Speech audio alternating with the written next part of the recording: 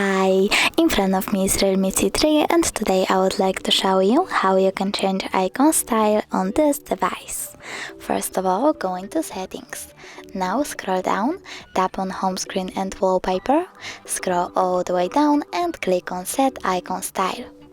Over here you can pick one of the available ones by tapping on the chosen one and clicking apply. So as you can see, style of my icons has changed, but you can also go into settings again, choose home screen and wallpaper, scroll all the way down, tap on set icon style and select custom. Then click agree, and over here you can pick shape of your icons, adjust them, and when you're done, click apply.